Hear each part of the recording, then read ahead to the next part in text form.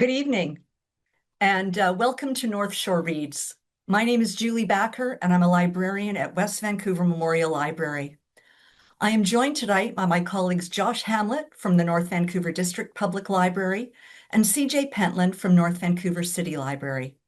CJ is running tech tonight, and we'll see Josh online later. We have a short poll going as we wait for everyone to join us. You should see it on your screen.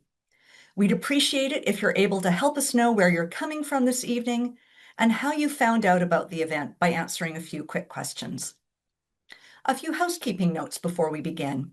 We will use the closed caption feature.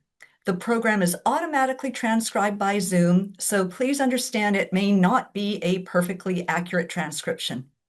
You will need to enable closed captioning by pressing the CC button in the menu area at the bottom of the screen. This is a webinar, so we cannot see you even if you can see us.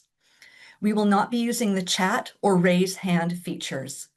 There's a Q&A option on your bottom menu bar. Please use that feature to type in any questions that you may have whenever you have them. We encourage you to do so throughout the evening, as we know the fabulous Marsha Lederman will be monitoring the questions throughout this event. You can also contact the organizers through the Q&A if there are any technical issues. Lastly, this event will be recorded and available to watch on the West Van Library's YouTube page in the near future.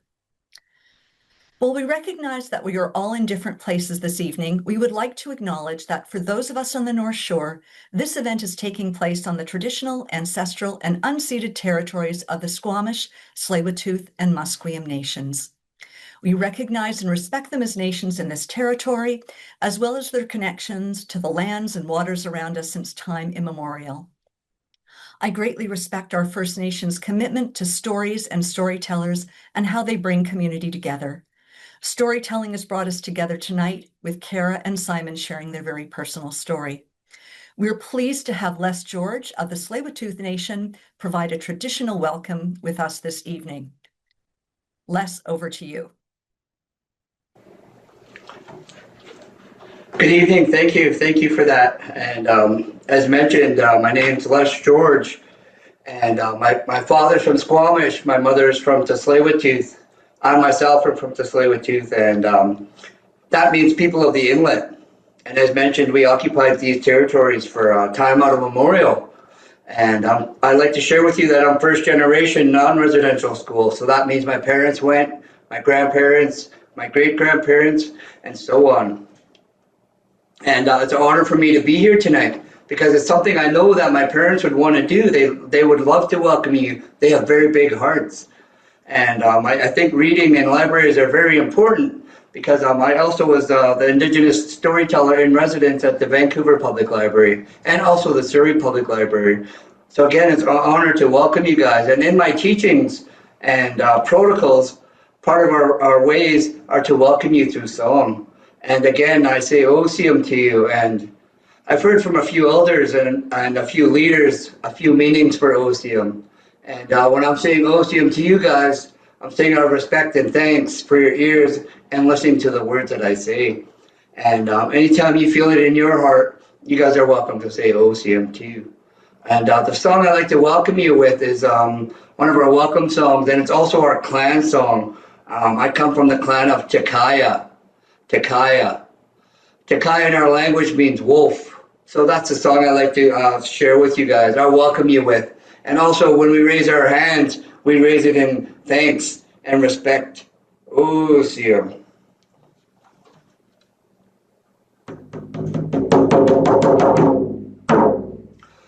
Ho, hilo, ho, ho, hilo, ho, ho, hilo, ho, ho, hilo, ho, ho, ho, hilo, ho, ho, hilo, ho, ho, hilo, ho, ho, hilo, ho, ho, ho, hilo, ho,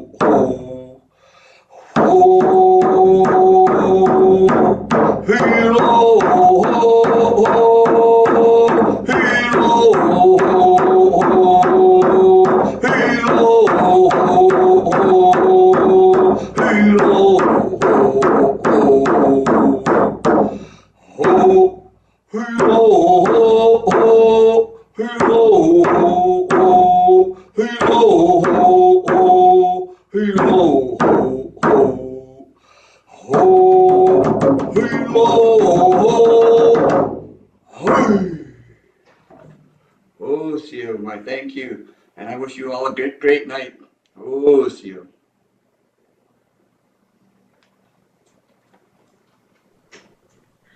OCM Les, thank you for that wonderful beginning to our program this evening. Oh, see you. Have a good night. This is our fifth North Shore Reads event, which is a collaboration of the three North Shore public libraries. The purpose of this program is to connect people across the North Shore communities through the shared experience of reading the same book. Previous events featured Suzanne Simard, Ivan Coyote, Brett Popplewell, and Steve Burgess. Today, we are pleased to feature The Pain Project, a couple's story of confronting chronic pain by Kara Stanley with Simon Paradis. Kara is an author of fiction and nonfiction, a movement teacher, a mother, a lazy gardener, a Toronto Raptors fan, and an avid sourdough bread baker.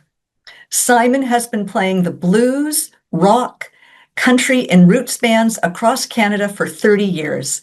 He's appeared on numerous recordings as a session guitar player and producer, and since his accident has become a songwriter.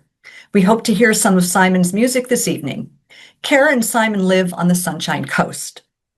We're delighted to have Simon and Kara in conversation with Marsha Lederman, an award-winning journalist and author, back for her third year as the North Shore Reads moderator. A staff columnist with the Globe and Mail, she was previously the Globe's Western arts correspondent. Her memoir, Kiss the Red Stairs, The Holocaust Once Removed, was published by McClellan and Stewart in 2022. Her latest book, October 7th, Searching for the Humanitarian Middle, was published this past August. So without further ado, we welcome Kara, Simon, and Marsha. The floor is yours. Thanks so much, Julie. It's really great to be here in this space, and I'm so happy to be speaking with Simon and Kara. I was deeply affected by your book, The Pain Project, which I have here, and I was also deeply affected by your memoir, Before That Fallen. I feel like I've already learned so much from you, from your wisdom, and I'm looking forward to learning more tonight and being in conversation with both of you and with all the people who have tuned in for this. So hello to everyone. Before we begin the interview, I'm going to turn it over to you, Kara, for a few words from you. Thank you. And thank you, everyone, for the wonderful introduction. We're so happy to be here. But I have to say, we are much more accustomed to doing in-person events. This type of large Zoom audience is a little outside of our comfort zone. It's unusual, right? We know that there's this wonderful, thrillingly large audience out there, and yet we can't see you. So I wanted to take a moment to say hi, and to say thank you for choosing to spend your evening with us to talk about pain. When Simon and I embarked on our very process-oriented project, pain was something that was a dominating force in our life. His pain, it impacted all areas of everything. But despite its ubiquitousness, it was something that we were discovering was very difficult to talk about. It was very difficult to think about pain. We both knew pain. We had our own relationship with pain, as we all do, as every one of us gathered here tonight does. We all have our own history and perspective and experiences and point of view and beliefs about pain. So we all know pain. But what Simon and I were starting to realize is that we just didn't understand it at all. And so that was really the point of departure for this book. We wanted to ask this question, what is pain, over and over and over again, and try and answer it from as many different perspectives and angles as we could. The type of pain that Simon experiences routinely is a pain that is a byproduct of an injury to the central nervous system. So in Simon's case, it's an injury to the brain and the spinal cord. So this is a very specific, very unique, very rare, very complex, very weird kind of pain. Are you calling my pain weird? But what we learned as we started to do the research was that trying to understand spinal cord injury pain offered us a very interesting and instructive lens through which to understand other forms of pain. More routine and types of pain, pain that we would all be familiar with. The broken bones, broken hearts category of things. Which, as it turns out, is also very complex and very weird and highly contingent on context. When we talk about chronic pain, which is a primary focus in the book, we have to talk about it in terms of being a global epidemic. A very conservative estimate says that there is 1 in 5 people around the world who experience moderate to severe chronic pain.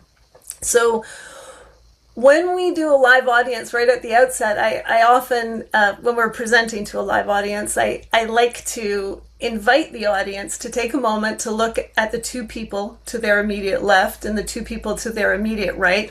So a pod of 5 people, just to make the point that within that grouping of 5 people, there's a very good chance that one or more of you has in the past or is currently experiencing chronic pain.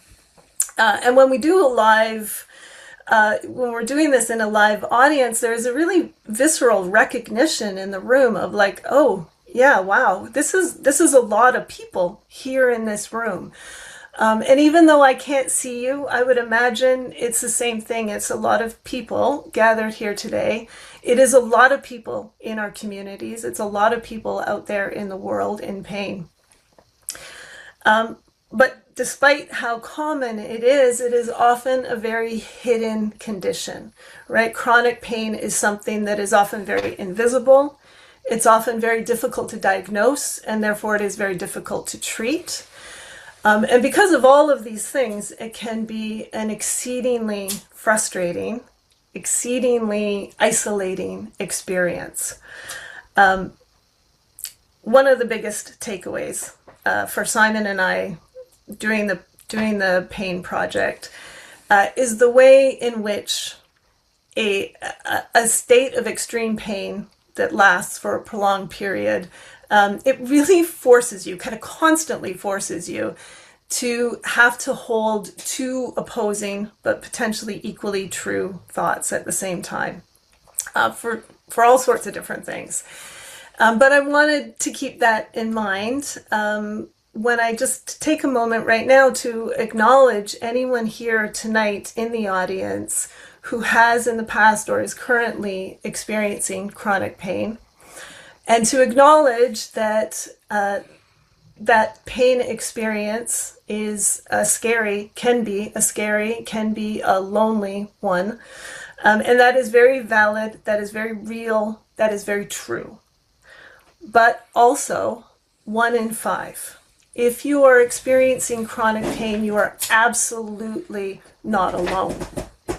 And so I think the more that we can gather like this virtually or in person and talk about these kind of shadowy subjects, these vulnerable subjects, the less alone we all feel. So I thank you so much for being here and choosing to be here with us tonight. And thank you to the North Shore Libraries, to Julie and Josh and CJ and everybody who worked so hard to make this happen, to the beautiful introduction by Les George. Thank you so much. And of course, to our fabulous moderator, Marsha, who I will now turn it over to. I feel like I'm not necessary. You could just, I'm just going to sit here and listen to you talk for the next hour.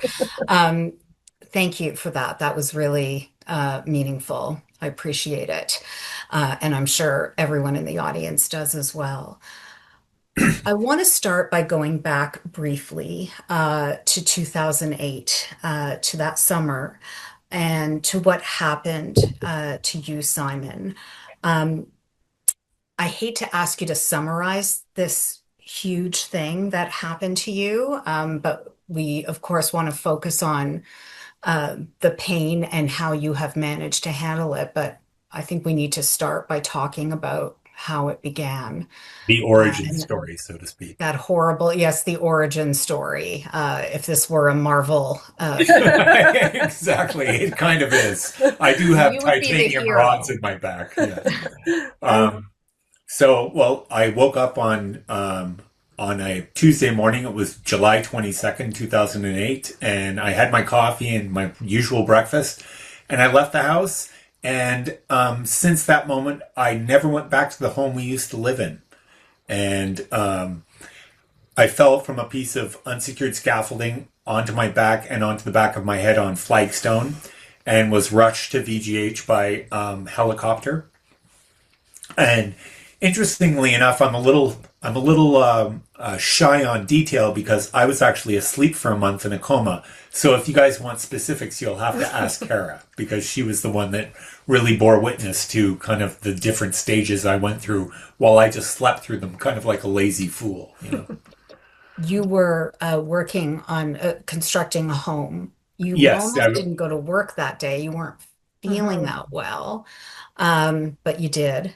And Kara, you got that horrible phone call.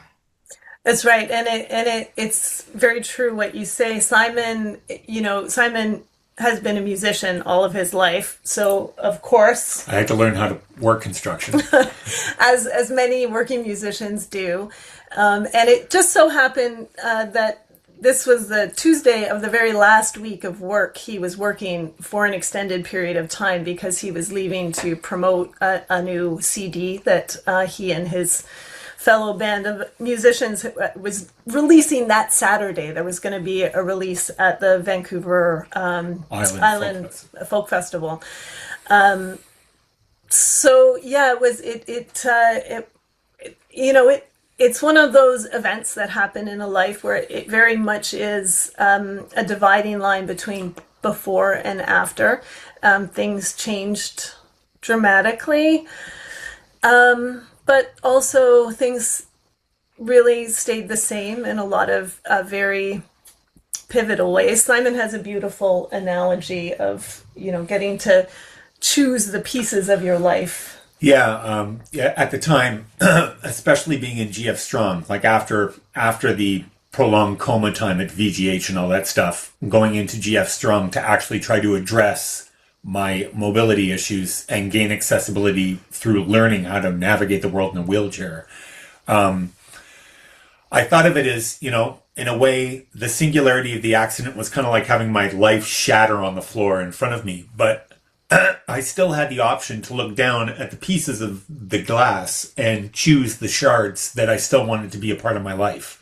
I still wanted to be a husband and a father and a musician, and, and find as much approximate of my old self as I possibly could amidst all of this sea change, And I just want to emphasize how serious this was. I mean, the doctors at some point were thinking, should we operate? This guy is probably not going to live. And the doctor who performs the brain surgery later describes it, I think, as you were more than halfway through the door That's to right. death. That's right. I had one fully blown pupil when I showed up at VGH, and the neurosurgeon, Dr. Ha, praise be Dr. Ha, he kind of reached through that door and dragged me back into this plane. There was a moment in the first night, and I was told very clearly that we had to make it through this first night, and it was going to be a long night. And midway through the night, it was explained to me that Simon's spinal cord had been severed, but that was a completely secondary injury, and that we wouldn't address it until he was much more stable, if that was to come. So I think when you're told that somebody's completely severed their spinal cord, but it's completely secondary, that for me was a moment of kind of realize. I was in denial. I was like, is Simon going to make his gig this weekend? Like I kept, the seriousness of it didn't sink in all at once, but that was definitely a moment where you realize what the stakes are. And I think Simon had a lot of, there were a lot of consequences, a lot of long-lasting consequences, because he did sever his spinal cord, but also because of the brain injury, he also lost the left side of his body with a stroke type of injury. Because of a basal fracture in the back of my skull. And so there was actually stuff that happened in my brainstem, and I stroked out on the left-hand side.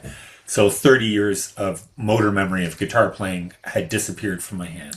So what I was going to say is that there was a lot of stuff, but I think we went so close to Simon not surviving. You mean the overwhelming feeling I have from that time, although we were constantly being faced with a lot, was gratitude, because you never know what to expect with a brain injury. Like chronic pain, it's a highly individual snowflake kind of situation, and it's very unpredictable.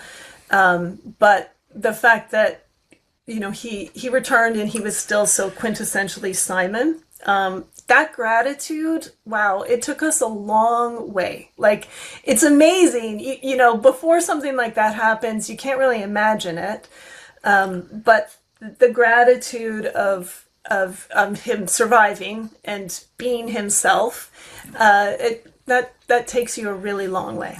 And being myself, of course, is a double-edged sword. It means I'm here, but I'm also the same old pain in the ass I've always been. So There's a point where you say, I'm paraphrasing, I don't care about his legs, just let his brain be okay. Yeah. And amazingly, look at you.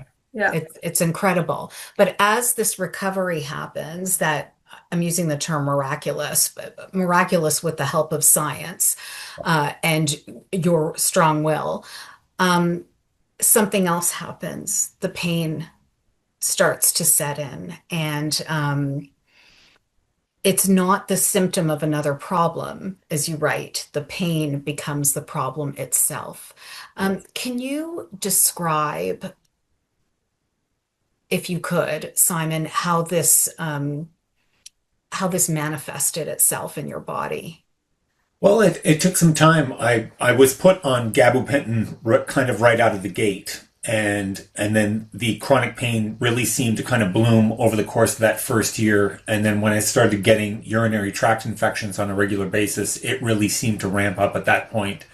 And I wasn't quite sure what was going on. And it felt like, the bad punchline to a really long joke in a way, that it would be, okay, so I had this, traumatic brain injury and I've severed my spinal cord. Oh, and by the way, if you manage to get on the other side of all of that, here's a whole bunch of pain that you can't actually account for and you can't manage. And I'd have to say that the people we know with spinal cord injuries and chronic pain syndromes associated with spinal cord injuries, it's a high percentage of people.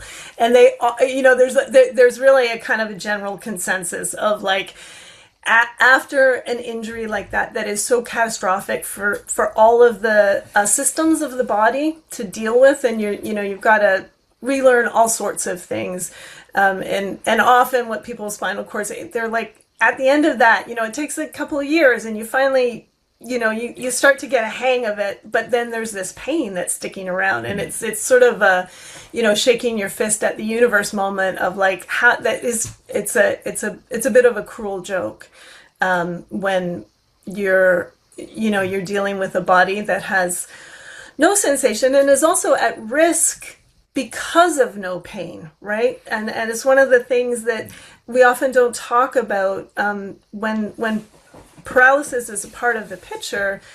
Pain is a very important part of protecting the body, and so when there is paralysis, there's this risk of injuring yourself and not even knowing that you've injured yourself. Right. And it's an important thing to remember that pain is really the body's way of protecting itself. And I think as we went through the pain project, that was something that we really because it is this kind of cruel irony of a joke, we had to, really get back to that. No, pain is an expression of the body's attempt to heal itself. It might be hypersensitive, it might be hypervigilant, it might be reacting to kind of bad information, and that's the way we conceive of it with Simon's injury. But it's still an expression of the body trying to protect itself, trying to heal. It means well. It just, unfortunately, is a little too insistent when there isn't a reason for the alarm bell to be going off. Yeah. So after 10 years of this new life, of your new life after this catastrophic accident, you begin what you just mentioned, the pain project, tackling pain project. What leads you to this idea?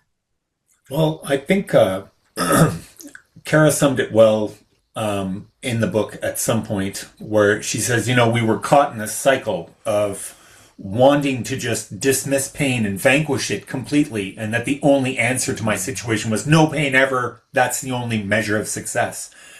And then we started to realize, well, maybe that's kind of swimming upstream on this subject. And I felt like, as opposed to being trapped in this cycle of just, report, pick up my meds, ingest them, hope that everything works out, pick up more meds, and that cycle, Kara put it as, we needed to find a way to start asking better questions so that we could, create a slightly different process as how to reconcile with pain.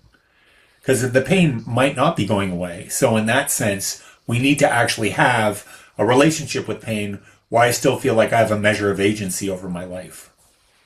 You do ask amazing questions, I have to say, Kara and Simon. I'm sure you do too, but some of them are. There's a point in the book where you write, should our focus be on eradicating pain or accepting it? And then would accepting this pain be a gesture of self-fulfilling defeat? If you accept the unacceptable, do you diminish your power to change it? These are really great and horrible questions. Well, and I think for me, in terms of thinking about sort of where the idea of the book started germinating, it was this idea of, sometimes all better is not really an option.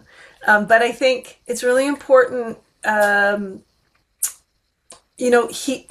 healing can still occur. And so those were the people I started talking to. Those were the stories I wanted to hear. People's coping strategies, people's the resources they used, how it changed their relationship to the present moment, how it changed their expectations for the future. Those were the kind of things that became very interesting, I think. And so before you embark on this research, you both start to journal about this. And I was so moved by your opening entries, which are in the book, but I'm wondering if you could each read them because they're beautiful and telling. And I should say that they come at the end of probably one of the most difficult chapters to write, because it comes very early in the book, but it's very saturated with a lot of information. And so just from a technical writing perspective, that was probably the chapter that got so much attention to try and keep it flowing. And it is the chapter, I think it's even entitled, What is Pain? And so throughout the whole course of the chapter, we're looking at kind of the clinical definitions, and we're looking at some definitions provided by writers and philosophers through time. And then at the very end, we're like, let's throw it all out. And what does it mean to us in the moment? And so in the book, Simon reads my entry and I read his. I'm going to read my entry today and he'll read his.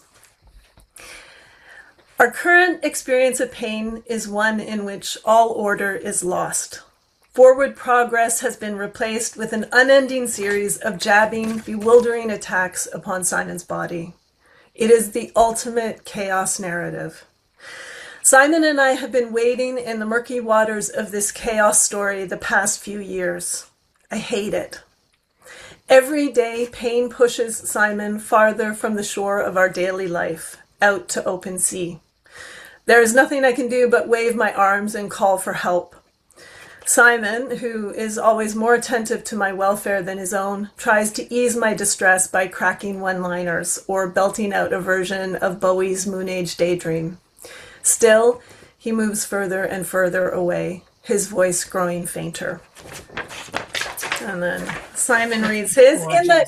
In the book, though, he does accuse me of being melodramatic, and I return with the fact that it feels actually understated when he's going through a big pain. Right, when I have my feral wolf howling going on. Okay. Pain, for me, is like a tempestuous, domineering, insistent weather front. And I'm the farmer, endlessly trying to make his land fertile again, but I'm hijacked at every stage.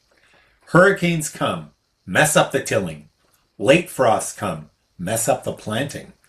Monsoons come, mess up the harvest. And at any moment, locusts might descend, or a firestorm might be ignited, messing up everything. Over time, the soil gets so depleted, nothing will ever grow there again. Gorgeous and horrible, as I said. Thank you. So you write these entries and you give yourselves assignments. What happens after this?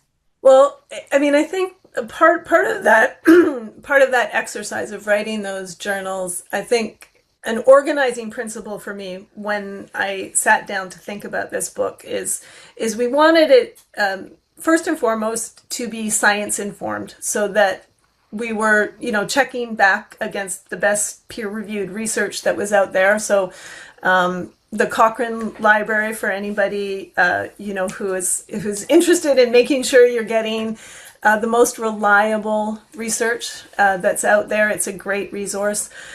But maybe even more importantly than that, we wanted the book to be experience-based. So because the research is looking at broad averages and big groups of people and often very homogeneous groups of people, we wanted to take all of that information, the best science we could get in there, but put it to our own real life messy test. And also, because being in a medical system, it can start even for the most grounded and confident person. It's kind of a disempowering place, and when you're desperate for a solution, you want this outside authority to give you the answer. And we were really having to reckon with both our right and our responsibility to take ownership of this and to start to value our own expertise in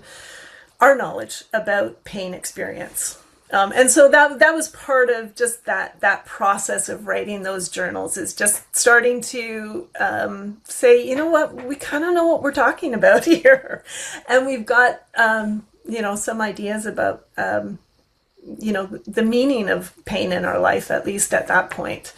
And I just want to say that the way you mix the scientific information, the deep research that you've done, and lay it out there so that lay people, I was going to say dummies, but people like me can understand it, and then also take us through your experience. That is masterful. So congratulations on that. It's not easy. I'm sure it wasn't easy. I had some very good editors. Paula, Nancy, thank you. They kept me in line. But it was a little technically more difficult from a writing perspective to keep a narrative flow going. And I have to say at this point that Kara's deft skill at research and making sense of things that are beyond my capacity to understand allowed me to construct a bit of a scaffolding that made me feel like I knew a little bit more about what I was reacting to, which lent to having a sense of agency and a course towards something a little different. It made me feel like I was captaining my own boat at that point, which was sort of her gift to me. and you're trying things out. You try out an app, you try out Yeah. a sort of remedy that helps, but turns out to Peppermint not. oil diffusers, Marsha. All sorts of things. All And sorts. and you are at the same time, Kara, you're traveling the world online and actually to try and dig up as much information as you can. And there's far too much for us to go into all of this in the time that we have tonight. But is there one thing or a couple of things that you want to share that were kind of eureka moments? Um, there weren't too many eureka moments. I think the eureka moment that we had is fairly prosaic, which is just the hard daily incremental work of trying to make things just a little bit better. And that was the bulk of it. I think Small percentages of trending in the right direction rather than absolute care and cure kind of weird expectations. I think some of the big takeaways, though, was getting a better understanding of the concept of allostatic load, Yeah. which is a different way of describing stress, but understanding that when and everybody has a tipping point. So allostatic load can tip over into allostatic overload, which essentially means that basically the demands being placed on you exceed your capacity to deal with it. And that is happening on multiple different fronts and often at a speed much faster than conscious thought. So it can be stress at a physiological level in the body and a medical, but it can also be psychological, cognitive, emotional, spiritual stress. Those kind of stressors all play a role. It can be cultural and social. All the incredible stressors we have in our life right now out in the world also lend to this allostatic load. And having a better understanding, a better articulation of that for us and how it plays out in our life gave us just a little bit of self-awareness around that to kind of say, okay, Simon's reaching kind of an overload state. What can we do? Sometimes there's stressors, sometimes there's things that you don't have control over. But what is in our control? What could we do to try and bring that overall allostatic load down? So that was a really helpful tool. The other big takeaway, I think, is the idea that understanding the biology of pain, the science behind pain, can actually help to reduce the threat of the pain experience. And what you learn going through the science of pain is that the actual threat, the uncertainty, all of those things, when something's wrong in your body and you don't know what it is, that threat level is actually something that can amplify the sensory feelings of pain. And so starting to get a better understanding of pain science can help to reduce that threat. And kind of eliminate the mystery that makes people feel like they have no purchase to what they're going through. And so, those were pretty powerful tools for us. And I think overall, when we look at pain as being something that is, the body's urge to protect itself, just globally, having a better understanding that a sense of ease, a sense of play, a sense of fun, a sense of safety. These are not frivolous things. These are critically important to your health. And they become endangered states when you're in a lot of pain. And you start to feel disenfranchised from that sense of ease within your own body. Yeah. You start to feel kind of homeless, Simon describes it, at one point. And so I think that was kind of a big eureka moment. Like, instead of treating people with chronic pain where they have to feel that they need to prove their pain or prove their disability because of their pain, instead saying, okay, surround yourself with people who are going to make you feel safe and help you engage in fun and ease, and those things are critically important. These are not frivolous. They're not. It's not frivolous. And not get caught under the weight of having to be vulnerable with yourself while you're experiencing that stuff, and like not having to feel like something's wrong with you because you're feeling kind of vulnerable and trapped in that moment. I want to talk about music. I think this is a really good time to talk about it because music is fun, but it can also be stressful. Yeah. And it's a very important part of your recovery. I mean, I think there's a moment where your father is singing to you in the hospital room and you start mouthing the words with him. That's a key turning point in your recovery. That was me awakening from my coma at that moment. My father singing a song by Graham Parsons called Hickory Wind, which is I'm getting a little misty just thinking about it because it really is a song of, the wind blowing through your heart in a lot of ways. And it was the last verses. It's a hard way to know. It's a hard way to find out that trouble is real in a faraway city with a faraway feel. And that was the verse that I mouthed with my father while he was playing and singing it. And I will say in that moment, and for people who haven't read Fallen, that was really maybe the first sign that we had that Simon was going to make a return to meaningful consciousness, because we had been told fairly consistently that there was a very, that was not something that was a given. I was at that point still a candidate for a long-term care facility at that point. Yeah. And then in the middle of your pain project, you record an album. Yes. And it's called Grooves and Ruts. And you record it at home. You turn your home into a recording studio. An adult pillow fort is a better description, I think. Yes. And you say that the theme of the recording is making art with restrictions. Yes. How much is this album about the process in addition to the music itself? I would say completely. It was great collecting the material for the album and being able to execute it with ideas in mind. But not being able to do it in a professional studio meant that I had to be at ease with not getting the cleanest capture of things and not being able to separate things as professionally as most people would.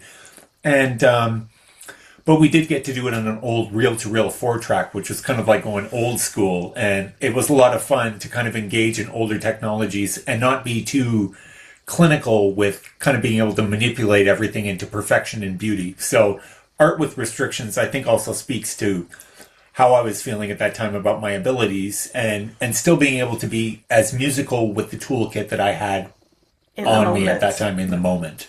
It's just trying to do the best with what you have in the moment is really a good summation of the project. And I'd also like to add that the working title for the Pain Project for almost all of its, drafting was actually Grooves and Ruts.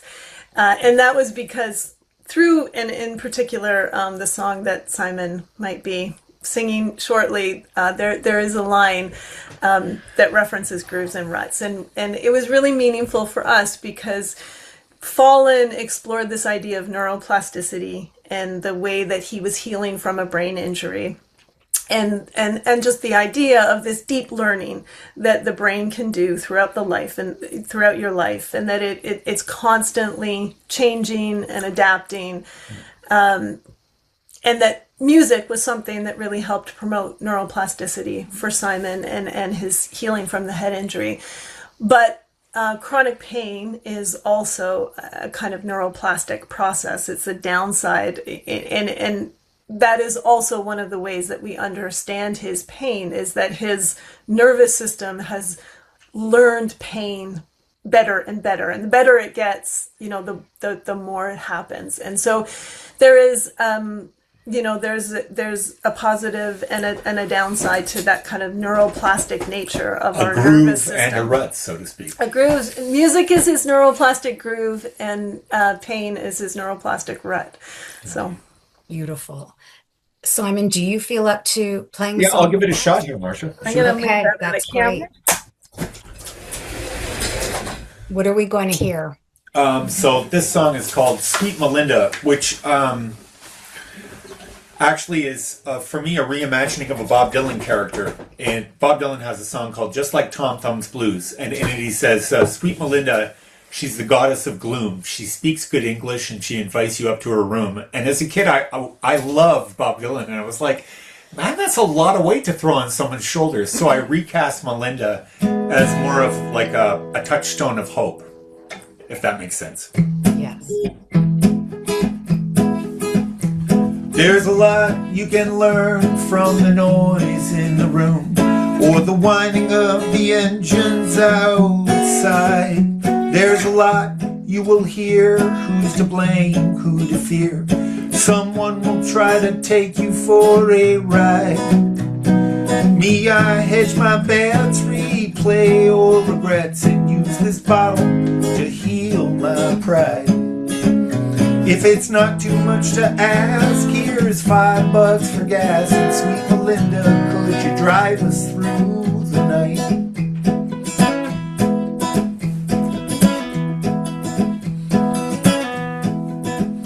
Every county has a line drawn over time. Once crossed, you can't find your way back. You'll either grow up sure and strong, or you'll find before too long you're just a lot of everything you lack. There's no easy plan, we're all doing what we can, hoping in time some things might last.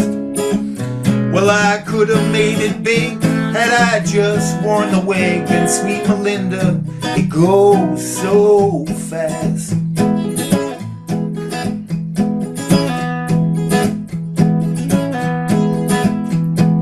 Taking little pills for the aches and the chills, everything that's feverish and sick.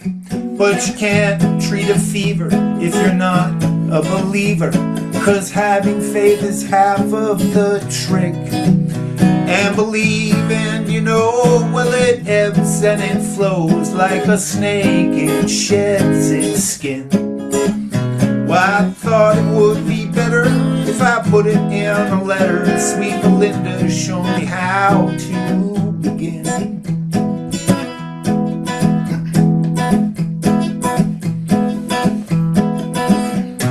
The bass drum pounds, we buy another round, thinking maybe this should be the last. Rock and roll had its day, and then money got in the way. Try to hop a train out of the past. I'm a long way from good, man, I'm many miles from fine, and my records have both grooves and ruts. If we leave before the moon, we can reach the coast by noon. Sweet Melinda, if we only had the guts. Ah, sweet Melinda, if we only had the guts. Ah, sweet Melinda, if we only had the guts.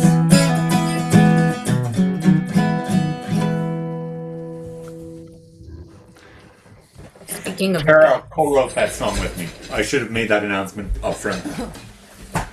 amazing, thank you. And you didn't write music before. I didn't really write songs before my accident, no. And because I had less of a clever guitar player skill set coming out of my accident, I had to kind of find other ways of being more wholly musical. And so I felt like the best way to do that was, to be able to sit down now on an acoustic guitar as opposed to an electric guitar and write songs and melodies and get to know language and be musical with language, which I'm lucky that I live with a wordsmith because she's taught me so much about prosody of phrase and language. And anyway, props to Kara, of course, one of my teachers. I should say too, Simon has a fabulous new band called Them Ordinary Things, and they took their name from a quote, a Hans Christian Andersen quote. The whole world is a series of miracles, but we're so used to them, we call them ordinary things. And when I saw kind of your reference of questions is sort of like the miraculous healing, it's really, it is miraculous, but it's miraculous in that like accumulation of so many amazing ordinary things, support systems here with our family, with our community. Yeah. The incredible doctors, the fact that all of miraculous healing is really a series of a lot of ordinary things coming together. Indeed. Well, a huge part of that recovery, a huge part of the support system is you, Kara. And I want to ask the two of you about this partnership. You're both creative people. You've known each other since you were teenagers. You've been married since you were very young, early 20s. And reading the dialogue and the interchanges between the two of you in the Pain Project, it becomes so apparent that you have such a great partnership. You're funny, you're fun, you're playful, and you have the luxury of getting mad at him now because you write in Fallen about you just wish you could get mad at him. That would be such a luxury, and you can do that now. Yeah. Well, and also to be fair, the exchanges written in the Pain Project book are kind of like our greatest hits over that period of time. We're not free of normal couple squabbling. Like we're not without a certain amount of friction and sandpaper that's a healthy factor in a relationship. And it's true, right? If the Pain Project was a fiction, it might warrant the feedback that the dialogue is a little too on point, but for a book of this nature, a nonfiction book, I was trying to synthesize a lot of conversations. And as Simon says, it's sort of our greatest hits.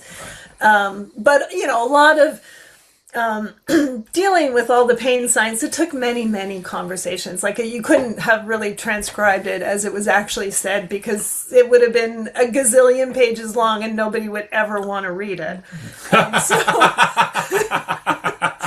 It was, it is really distilled down, right? We tried to distill it down. We don't, we're not necessarily that succinct all the time in our conversations, but your house doesn't play out like a rom-com all the time. No. But but the feeling is true, right? Yes. The feeling underneath it is true. And I wanted at the end of the book, I think we have a list of sort of our, the year big takeaways. And when we titled it, I think it's, it's something to the, it's like things we learned, things we'll have to, learn again, and things we'll probably have to learn again in the future. And so all of the pain stuff that we did, and some of it even in the book we had done years before and we brought it back in,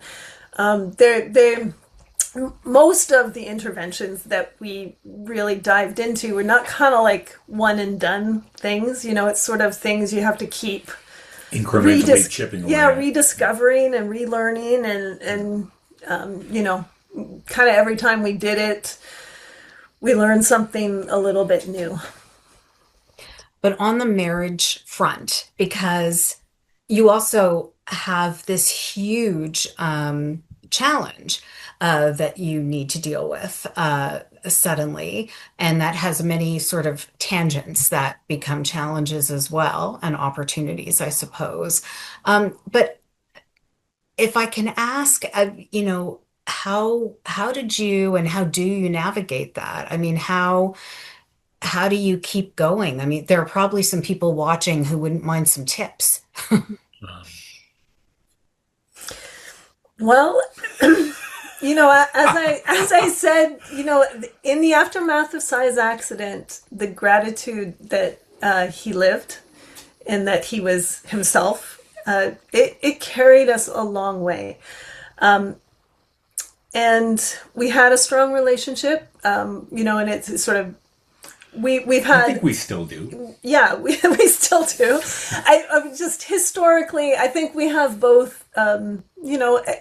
For me, a good marriage is, it's a good romantic partnership, but it's a good friendship partnership too. And I think that we have both of those pillars, and that was another thing with the pain project. We wanted to be resource oriented, not kind of pathology or deficit oriented.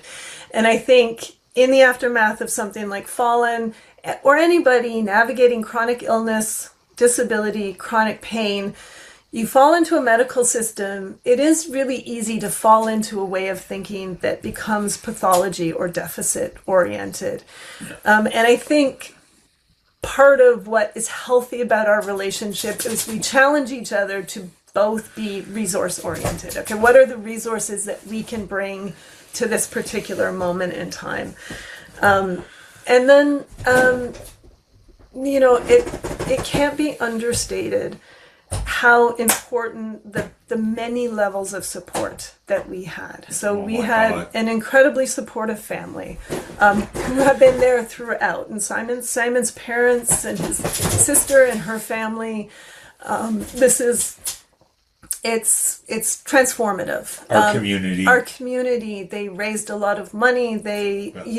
Bar owners built accessible washrooms so that Simon could come play. We had an incredibly inclusive and embracing community we have. Work safe.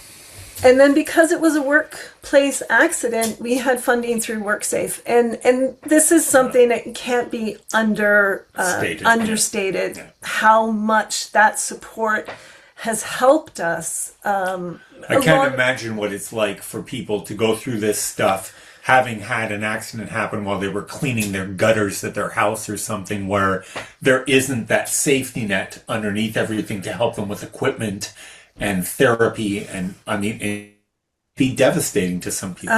In the aftermath of writing Fallen, we did travel a lot across the country, and we spoke really extensively to various brain injury support groups at the national and provincial level. And we met a lot of people, and I learned so much because, like chronic pain, often brain injuries are very invisible conditions that people live with. And one of the things that was surprising to us, and this was after we wrote Fallen, but because we had these levels of support, and also because Simon's injuries were so extensive, we had this very long healing trajectory, right? He wasn't expected to get back to work in 6 months. And a lot of people with a head injury are. And, they have that expectation. Their family does, their employer does. And often people aren't ready.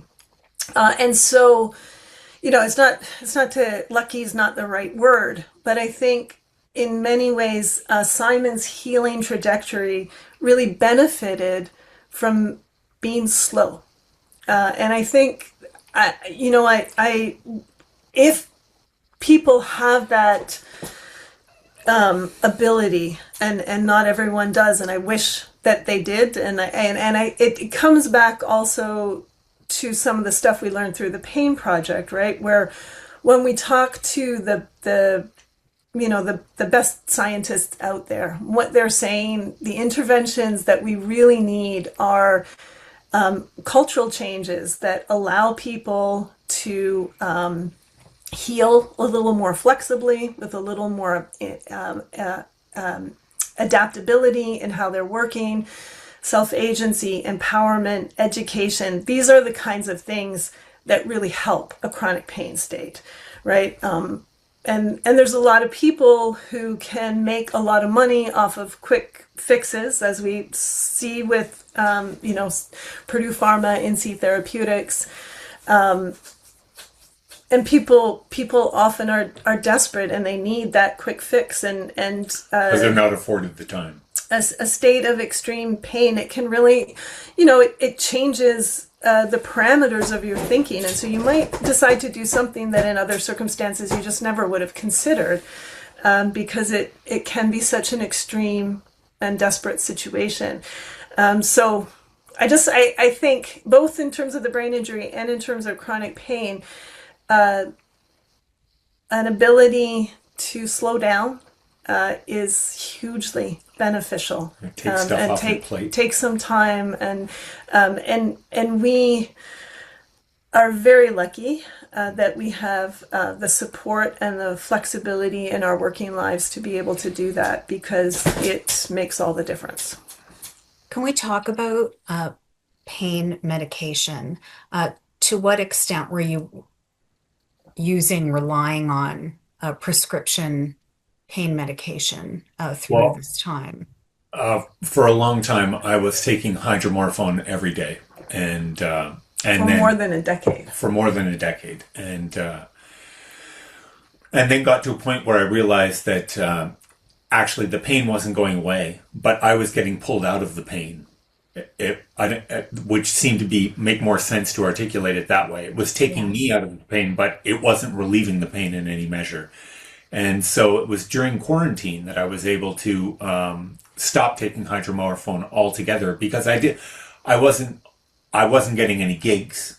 Everything had shut down. So I didn't necessarily have to worry about the anxiety about being in a performing situation where I don't have my little pills with me to ensure that during this set of music, I don't have to worry about getting a flare up. And it was also the decision Simon made. It sort of kind of, he woke up one morning and the decision was done. And With so song it- lyrics in his head. yeah, right. it was song lyrics, and so it felt very dramatic. But I do think the time and space, that extra time and space afforded by the onset of the pandemic, Right. helped him. And it was so much the opposite of what was happening generally for people in chronic pain, where this was an extremely difficult time. A lot of overdoses happening, and But for us, it was also at the tail end of kind of doing this intensive pain project. And so, although it wasn't like a direct response to anything we tried, it wasn't kind of like, oh, this worked like right away. I still contend, and we have kind of debates about it, but I still contend that Simon planted those seeds about stopping the hydromorphone, but it was through that building up a kind of a toolbox of resources, contingencies to deal with the pain, that actually, really empowered him to make that final decision at a certain point. So there wasn't one specific thing, yeah. but I think the year prior to it, It really wasn't the lavender oil, Marsha. Sorry, lavender oil salespeople who are tuning into this. Exactly. But it's interesting that you say that this happened during COVID and you didn't have to worry about playing live and not having this medication as a way to help you get through it and get through the anxiety of, am I going to feel this pain when I'm on stage? How much of a factor was that for you? In terms of getting back to playing? In terms of the medication, taking the drugs. Well, I mean, it was definitely part of my little ritual playing live, that I would, take a pill before playing a gig to ensure that in the middle of a guitar solo, people aren't looking at my face and I'm actually in pain and they're like, wow, he's really feeling it right now, like, like, and it, I was worried that it would have an adverse effect, but then funnily enough, after I was off the hydromorphone, one of my first gigs back, without taking any opioid to perform, I actually had a moment in front of this huge crowd at an outdoor park here in Seashelt, where we were about to start a song, and I got a terrible spike in pain, and I leaned into my mic and said, "Just give me a moment, folks." And I had to just breathe and think and do like a little mindfulness exercise in the moment. It took about 2 minutes. It was a long time. It was like the type of prolonged pregnant pause where that was people are like, we should go to another place right now. Yeah. What's going on? But then it passed. I allowed, the sea to hit the shore, so to speak. And then it receded. And then we started playing a song.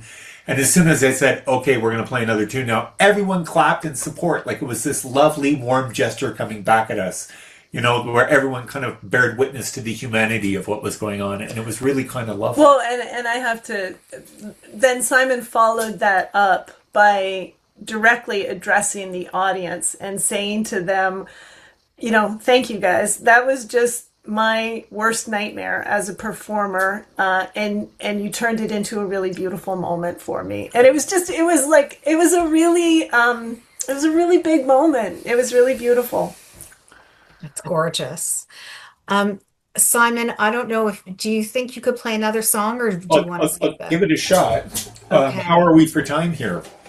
We've got time for another song. We'd love you to play us This to is the audience questions. This is a song that usually there's a lot of rewriting, and he woke up and he went he's like, I got a song, and he went to the kitchen table and played it like he had practiced it for a week. And this is the song that he woke up with, and that you woke up with and said, I don't want to take the drugs anymore. Yeah, the song's called Last of Me.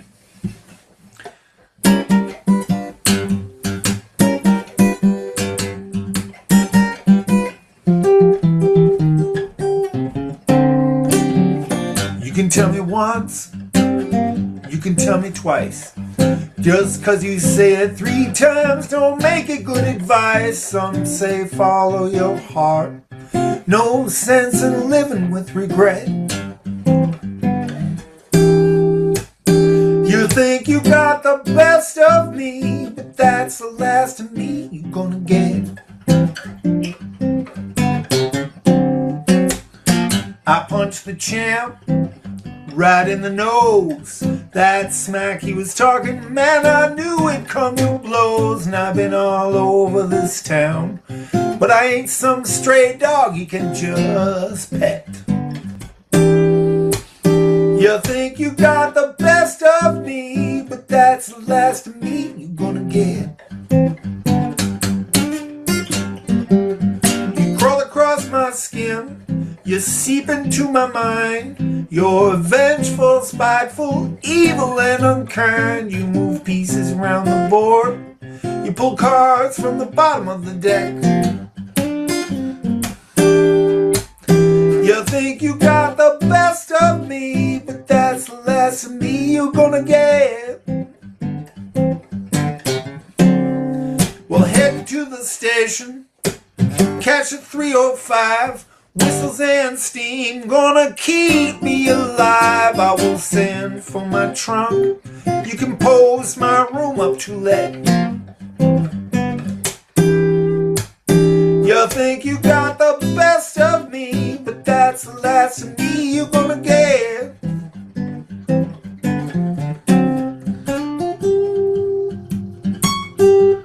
Wow.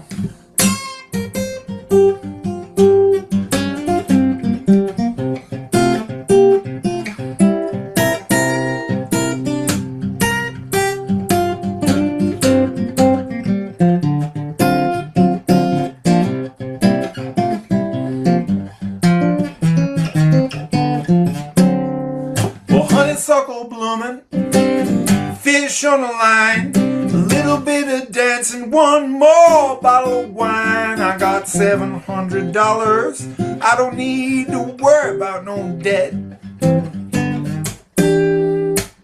You think you got the best of me, but that's the last of me you're gonna get.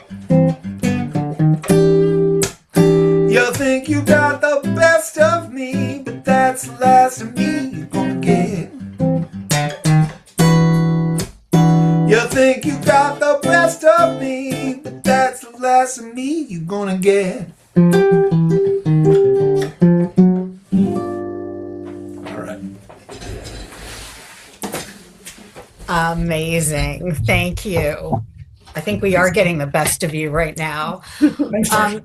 We are going to move to audience questions, although I have about 35 questions I wrote that we haven't got to. So if you have about 6 hours later, we can get together for those. Kidding. If anyone has any questions, please do submit them. I'll start with Ian's question. Can you talk about your experience of time during this healing process? Do you have a sense of lost time? And if so, any regret or bitterness about that? Great question. Mm-hmm. This is me.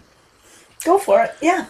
No, I think that it's funny. I did some qigong with a person, Paul Blakey. Paul Blakey, and he signed all of his emails. Time is art, and actually, I think that simplifying and having an open-ended schedule and not committing to too much and giving myself the bandwidth to sort of feel pain, be in pain, manage pain, invite pain in to have a cup of tea with it and get to know it on a different, in a different fashion than what we're always told we should be getting to know pain as.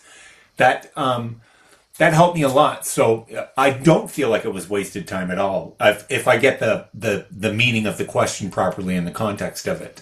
I'm assuming time with regards to the trajectory of us doing the pain project? No, I think time that you're experiencing in pain and with the injury and stuff. That's never a good time, Ian. I would have to say, myself personally, when Sai's accident happened, in the first, few days to the first few months, there's a lot of what I would describe now as kind of magical thinking. It felt very real to me in that moment. And I wanted to adjust time. I wanted to go back, rewind. And fix it. Yeah. There was a moment in the morning where Simon was debating going to work that day. It felt so close that I could. I also had a temporal sense of grieving, pre-grieving the accident, and it was so real in that moment. One of the things, though, that I'm a much more person predisposed to kind of regret certain decisions or second guess and things like that. One of the things that I've become much better at, and it's because Simon's taught me in such a visceral way post-accident, is just to not do that, is to kind of be in the moment and move forward.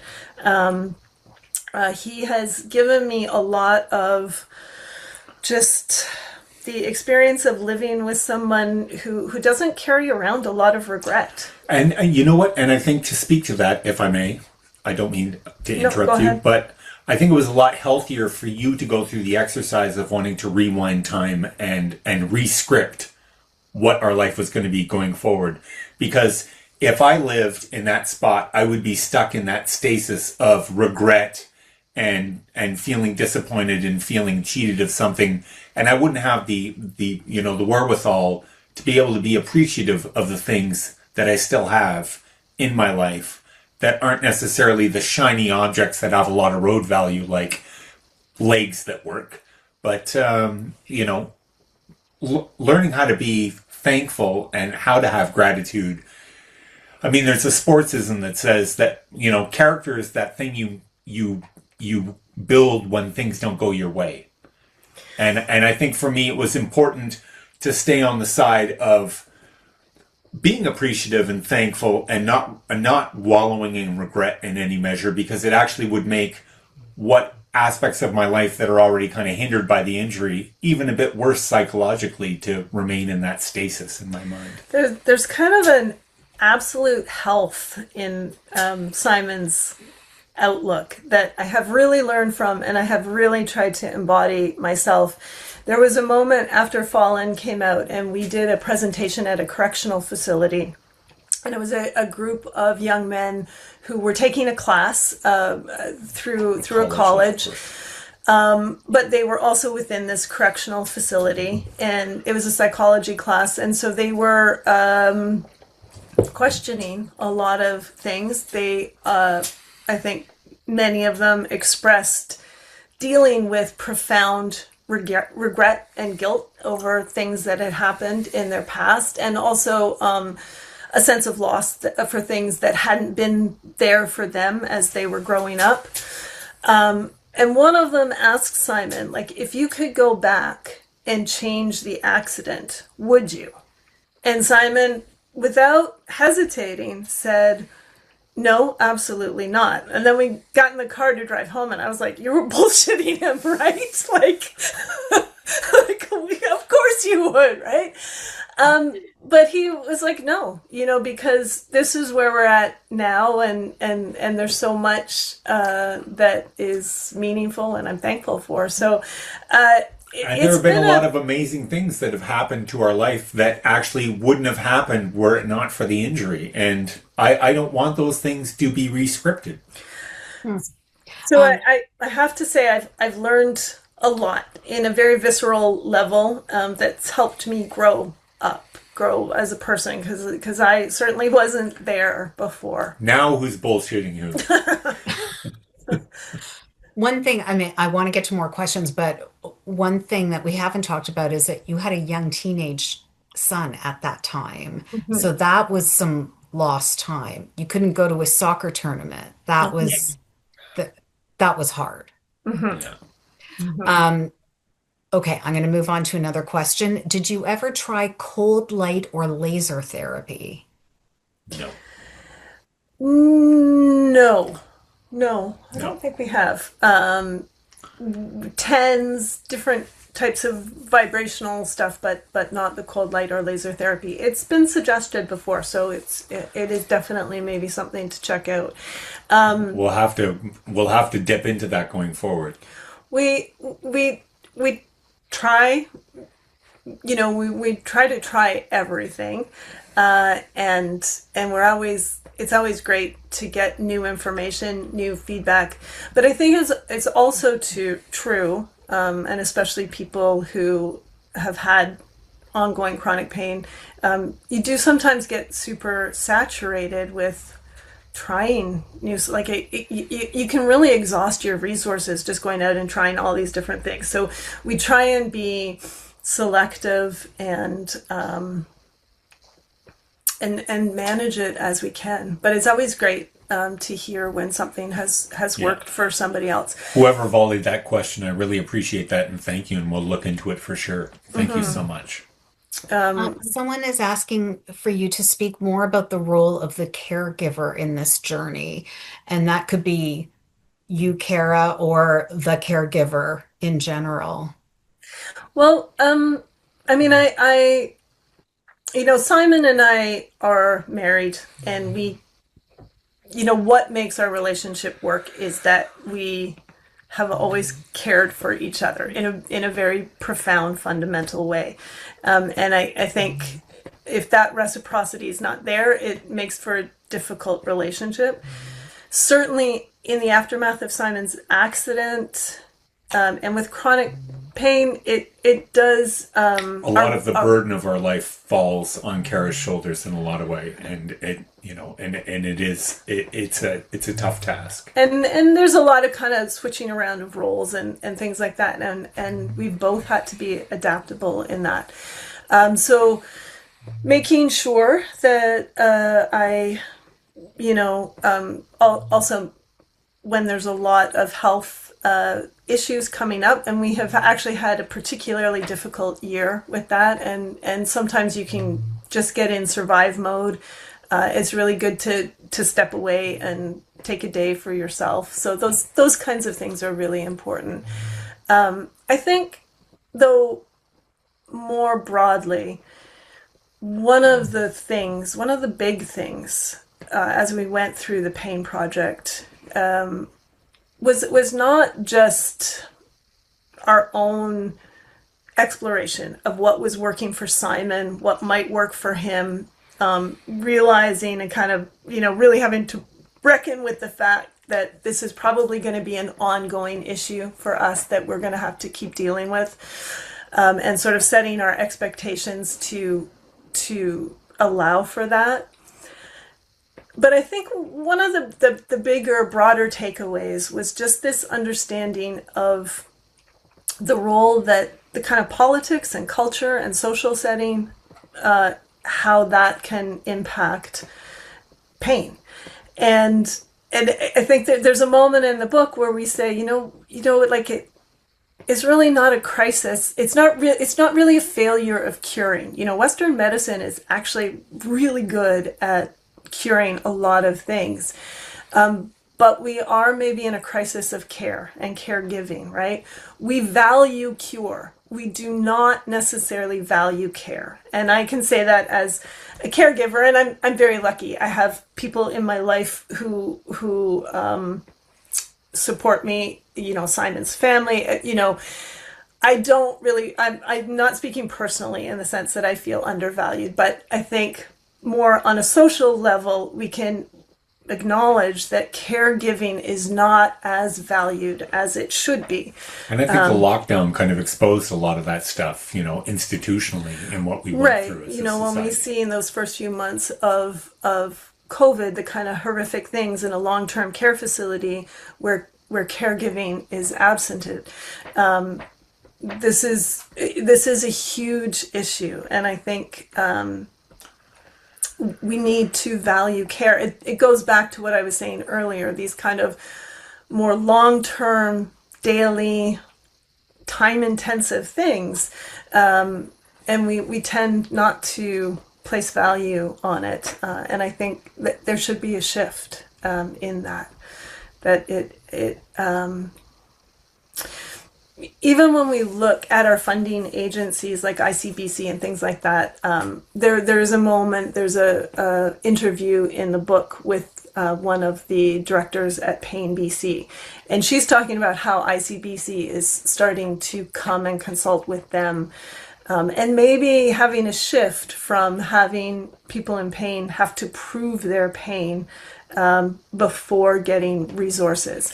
And I thought it was the waste of resources that goes into just kind of monitoring that and making sure that, people aren't being grifters, and is actually more expensive than just allowing for people who are self-reporting to be treated as they see fit. Well, and what it's Maria Hudspeth who is the director at Pain BC, and what she was saying is that she's really interested in what further research might come out about potentially how much long-term ongoing pain might be averted if it was treated proactively, if it was treated immediately, if people weren't kind of denied access to benefits that might get them on the road to healing faster.